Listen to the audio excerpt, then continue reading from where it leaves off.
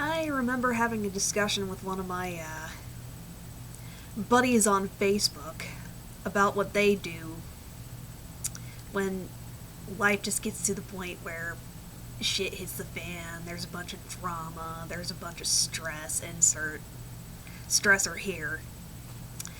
And she mentioned that she watched cartoons, just sit down in front of the couch or sit down in front of the TV, maybe with a big bag of chips or something, or even at the computer, and just watch a bunch of cartoons. Just, I'll admit that I've been doing a lot of that lately since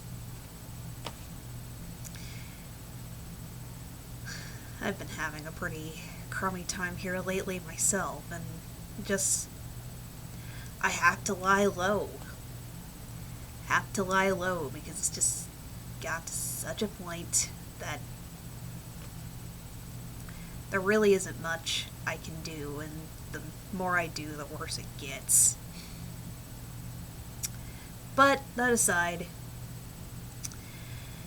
in trying to find something constructive or distracting to do, I finally decided to check out Disney Channel's newest cartoon. In other words, Craig McCracken's newest venture. His newest co-production venture with his wife Lauren Faust, Wander Over Yonder. And just, man, if I was feeling crummy before, this cartoon really knows how to hit you right in the feels. I love it. I absolutely love it.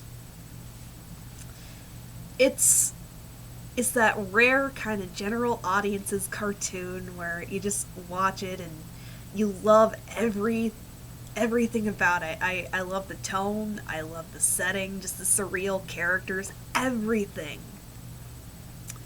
My favorite episode of the ones I've checked out so far was the littlest guy.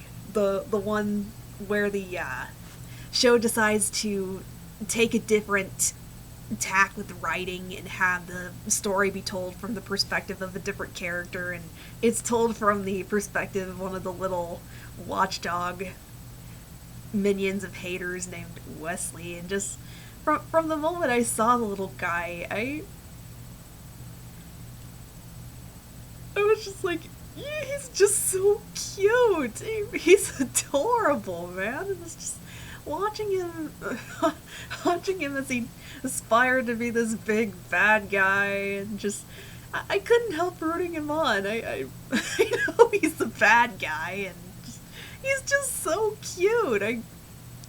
I could really empathize with what Wander wanted to do in this episode. In other words, just help the little guy out, help him make a name for himself. And it's just, no matter what he did, no matter how many times he just turned around and kept pointing the laser gun back at him, I don't know what it was, but it's just, he's so cute, you forgive him for it. Or at least that was my perspective, albeit how terrible that might be. He's adorable. He's just, he has a much different design from the other watchdog characters. Of course, all of those little eyeball guys, to me, they are absolutely precious. Each and every one of them is adorable in the worst kind of way. But it's just, this guy, this little oddball, he stands out that much more. He's just absolutely adorable because he's not the stereotype kind of thin, lean, mean fighting machine. He's kind of chubby, kind of awkward. He trips over himself. He's the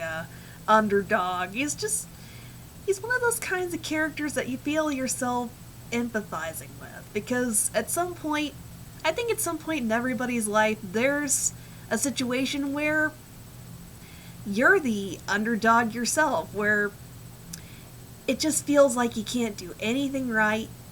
You just keep dreaming about attaining some kind of goal, getting that trophy. Just at some point in your life, you're the underdog. You might be the achiever in most cases, you might be a straight A student, whatever, but I think there's always at least one occasion that we could think of when we see the underdog story, and that's why it's such a huge trope in fiction, why it keeps popping up, and just,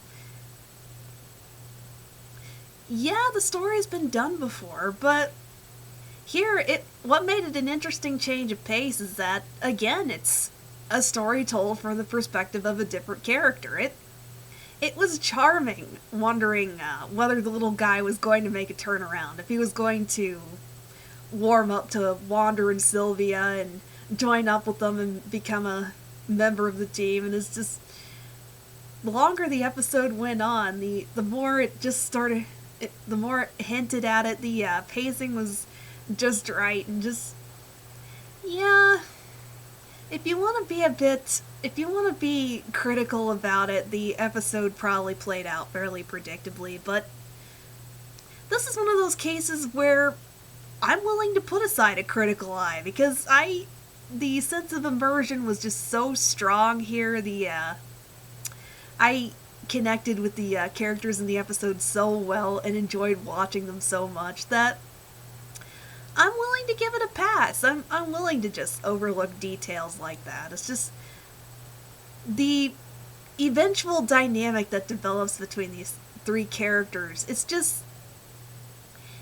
something that I'd like to have in my own life personally.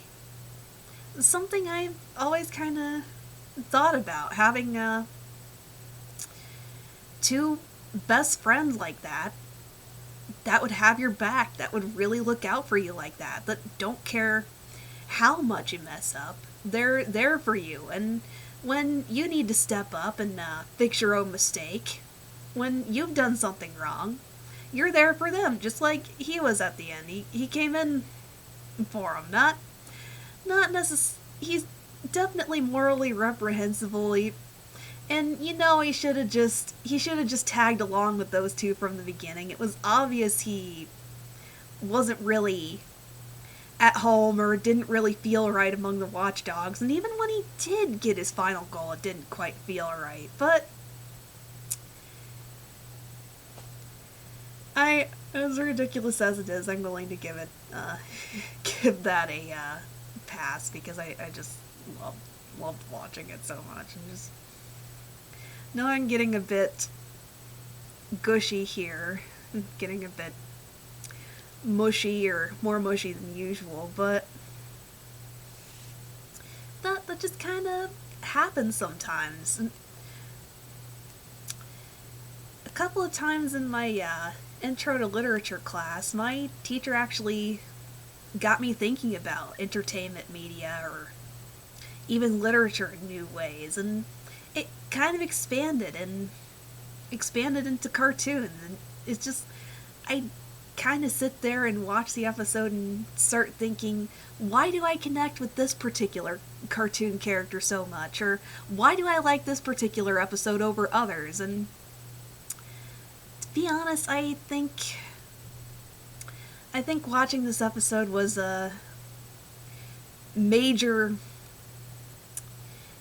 it's kind of just one of those pick-me-ups that you need. Just one of those pick-me-ups. It's one of those types of stories that, it's been told 1,000 times, but there's certain times where if you see it at just the right moment, something about it clicks and you kind of connect it with your own life. And in my case, just watching it,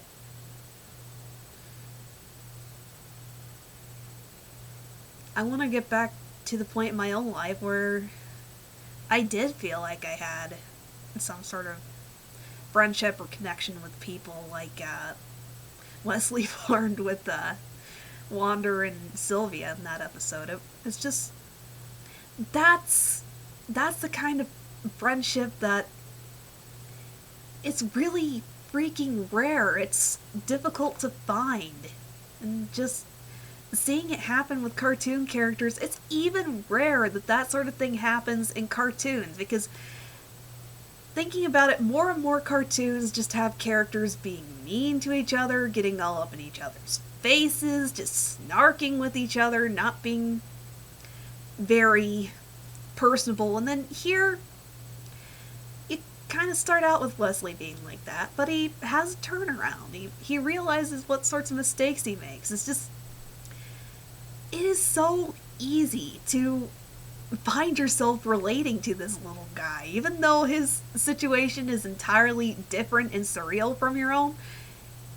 It's so easy to put yourself in his shoes and feel like, would you do the same stuff if you were in his situation? And have you done something similar to what he has? And could you have a happy ending like what he did?